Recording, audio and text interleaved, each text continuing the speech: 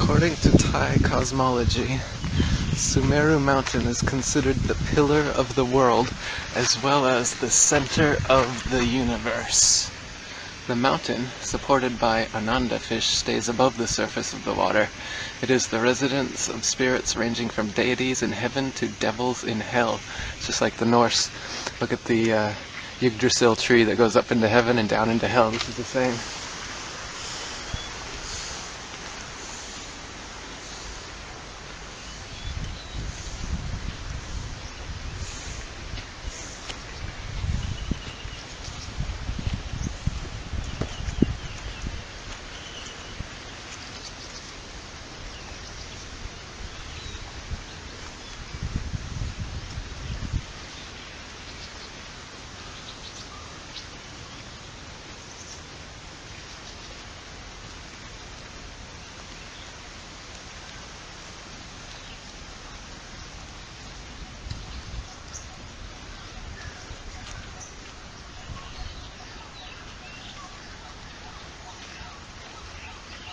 So see, babe, check this out. It says, according to Thai cosmology, Meru mountain is considered the pillar of the world as well as the center of the universe.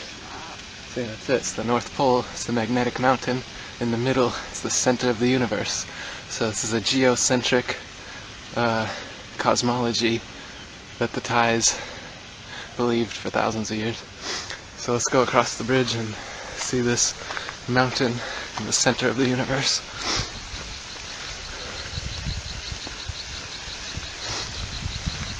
Early explorers said that there was rivers that fed into the mountain and they changed directions every 6 hours, sucking in and then pushing out, and that's what caused the tides on Earth. And so this big fish here could be representative of these rivers. They're like a whirlpool. They said it would suck the ships right into it, just like a whirlpool, and that the magnetic mountain was so powerful that it would pull the nails right out of the ships.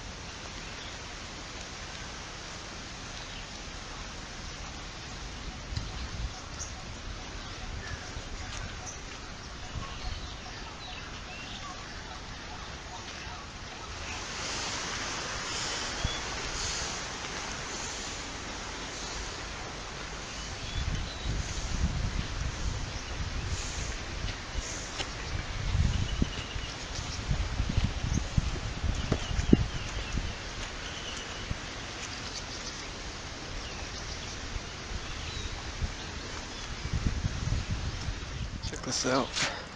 So they've got flat Earth disk, Meru in the middle.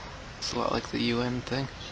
Got Jambudweep down there. It's just like the Hindu cosmology. It talks about it down here. So you've got Meru there. Some other mountains, 7, 4 continents on either side. It's right in the middle. Below is Hell, the demon world. Above it, you've got 6 heavens, all the way up to Nirvana. It's a lot like the Atlantean myth.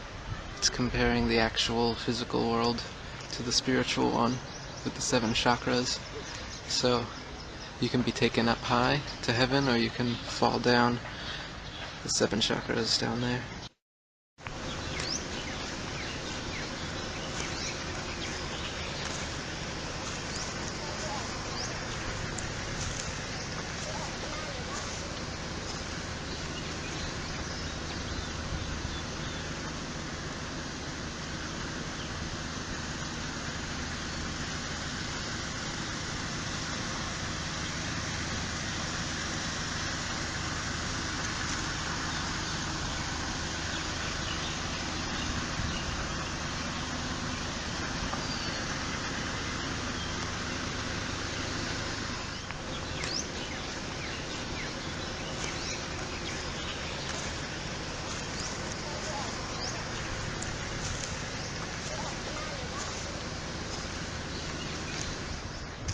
cosmology system. 3 worlds. In the cosmology ideal of Hinduism and Buddhism, Meru Mountain is the core and center of Earth and universe, which is supported by a gigantic fish. 4 continents and 4 oceans. It's just like the 4 rivers in Gerard Mercator's map. And Sumeru is the magnetic mountain in the middle. So it's not just Mercator saying this. This is well known thousands of years. But nowadays, they tell us there's nothing but ice at the North Pole. Do you believe them? There are many cosmological traditions around the world which share important features of Bhagavata cosmology. These include a cosmic axial mountain or pillar, which is often identified with a local mountain, such as Mount Olympus in Greece.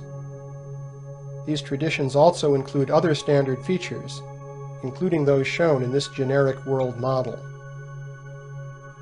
The cosmology of the Bhagavatam and the Puranas is shared in its broad features by Buddhism, and it is widespread in the Buddhist countries of Asia.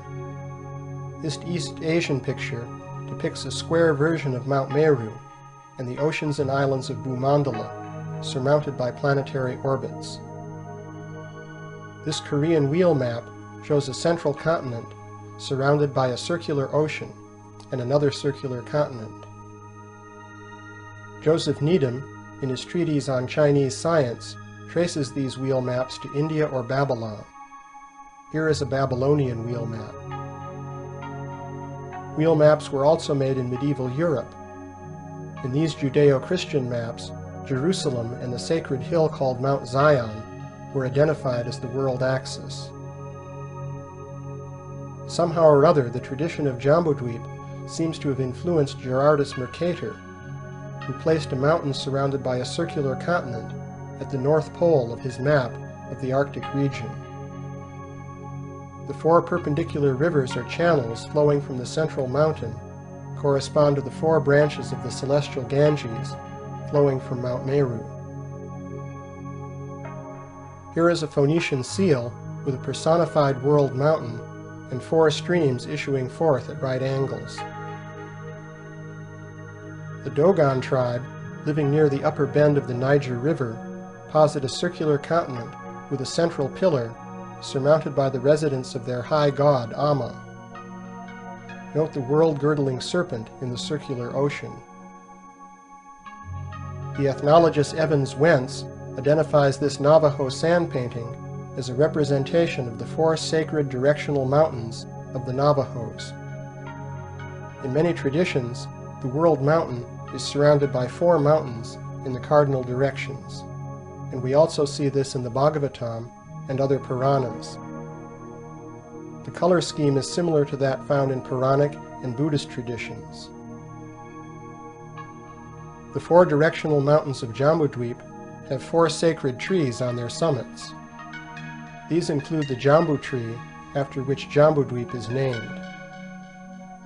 The theme of a cosmic tree of life is very common, and this tree often grows on the world mountain or stands in place of it. Here we see the Scandinavian tree of life called Yggdrasil. The apocryphal biblical literature describes a tree of life with 4 rivers of honey, milk, oil, and wine that flow down into Eden. For comparison, the Bhagavatam has rivers of special juices flowing from its 4 sacred trees. This Assyrian seal shows the tree of life on the world mountain, plus 2 sacred streams. In this East Asian picture, the tree of life stands upon the column of Mount Meru, centered on the ring pattern of Bhumandala. The Mayans of Central America have a tree of life that extends through 7 heavens, and they also speak of 5 lower worlds. Graded heavens and underworlds are found in many cosmologies, including that of the Bhagavatam. Here we see the cosmology of the Shipibo tribe of the Peruvian Montea. This includes the tree of life, the circular continent and surrounding ocean, and the world-girdling serpent. The cosmology of the Warao of the Orinoco Delta also features a serpent of being that surrounds their world. Here we see the Norse serpent that surrounds Midgard, the inhabited world of Norse cosmology. The Bhagavatam places a universal serpent called Anantashesha beneath Bhumandala. He is generally depicted as supporting the earth from beneath, but the Mahabharata also says that he encircles her in his coils. The Bhagavatam places the cities of Brahma and the 8 Lokapalas on top of Mount Meru. Similarly, many traditions place the abode of the gods on top of their axial mountain or pillar. Here is the geometric layout of the cities of the 8 Lokapalas, or world guardians.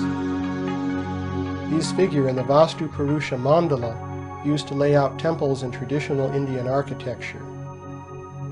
The grid of the Vastu Purusha Mandala is also associated with the nakshatra constellations marking the ecliptic. Thus the earthly side of a temple was connected with the heavenly realm of the ecliptic. The Bhumandala disk represents the exoteric domains of the earth and planets. In contrast, the cosmic axis, extending perpendicular to Bhumandala, is filled with esoteric meaning. It represents the path of ascent or descent of the soul. In addition to the orbits of the sun, moon, and planets, there are different worlds or lokas arrayed above Bhumandala along the cosmic axis.